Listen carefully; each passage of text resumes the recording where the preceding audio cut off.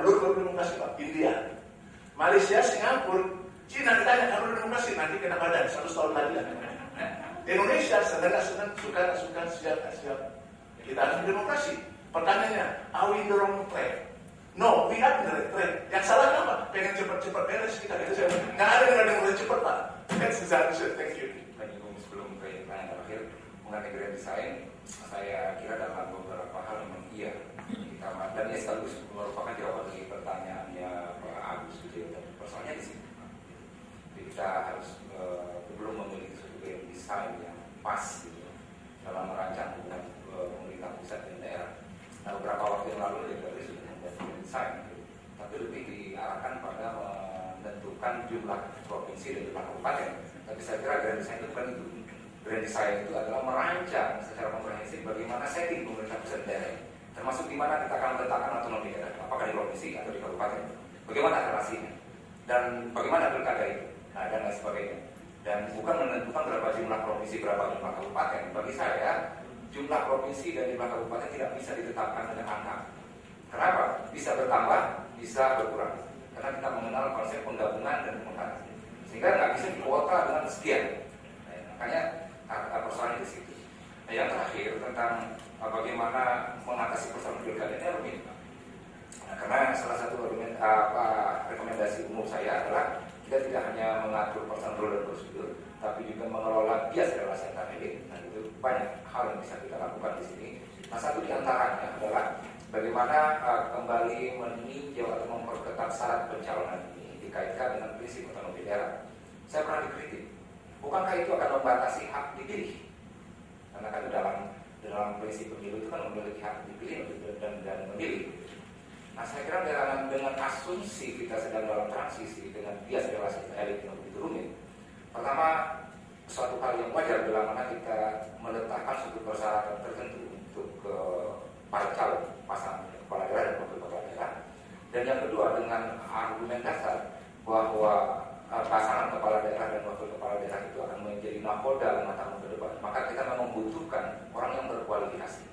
Nah, oleh karenanya, kalau kita kaitkan dengan prinsip pemerintahan daerah, pertama dikatakan otonomi daerah itu merupakan bagian dari training for leadership.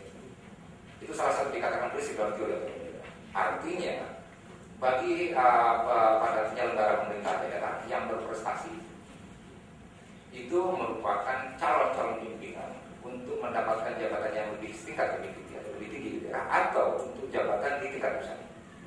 Dengan kata lain, bupati yang berprestasi bisa menjadi gubernur karena dia sudah teruji. Gubernur yang berprestasi itu bisa menjadi presiden karena dia sudah teruji di daerah. Dan itu diterapkan di Amerika. Karena sebagian besar presiden Amerika pernah menjadi gubernur di tingkat negara bagian.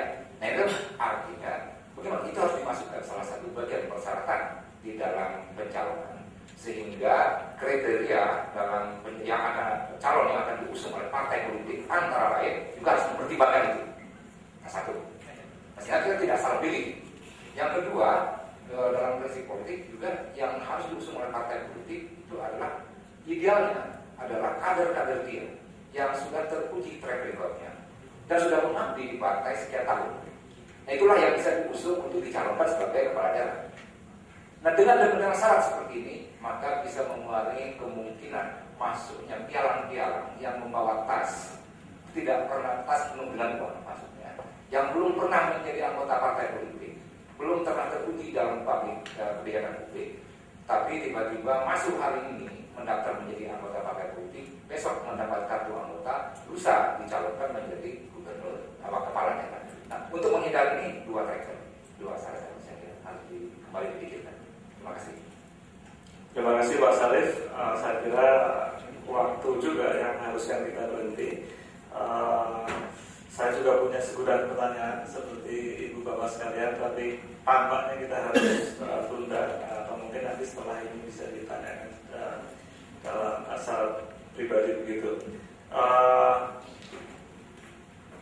Saya juga tidak ingin mencoba merangkum apa diskusi tadi. Saya kira masing-masing kita punya catatan terhadap apa yang berkembang di sini. Terlalu banyak juga untuk dirangkum.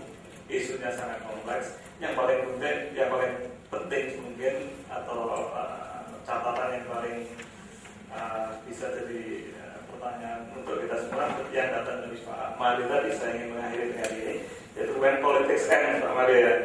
When politics ends and we start working, gitu kira-kira. Itu mungkin yang terakhir. Saya ingin memberi catatan sedikit saja mengenai lecture series ini. Lecture series ini masih mencari bentuk ya. Memang ditujukan pertama-tama ditujukan untuk membahas isu-isu yang tidak hot. Makanya Jupe nggak masuk di sini. Gitu. Jupe sebagai calon bupati Pacitan kita nggak terlalu tertarik waktu itu. Kita ingin membahas hal yang lebih strategis dan lebih panjang. Itu yang kita angkat di forum ini, forum partnership lecture series ini. Sekali lagi bentuknya kita juga masih mencari, juga ada faktor remote site ini yang kita masih belum pandai betul manage, tapi mudah-mudahan next time better ya, waktu ke depan kita akan lebih baik dalam manage waktunya maupun juga mencari format yang paling pas untuk lecture series ini sendiri. Itu saja yang bisa saya sampaikan. Terima kasih kepada ibu bapak sekalian dan terutama kepada bapak-bapak yang kebetulan tidak ada ibunya, Ibu Titi, next time ada ibunya, dan kepada Pak Sarif, Pak Jo, dan Pak Made, terima kasih sekali. Kita beri applause yang semeriah-meriahnya.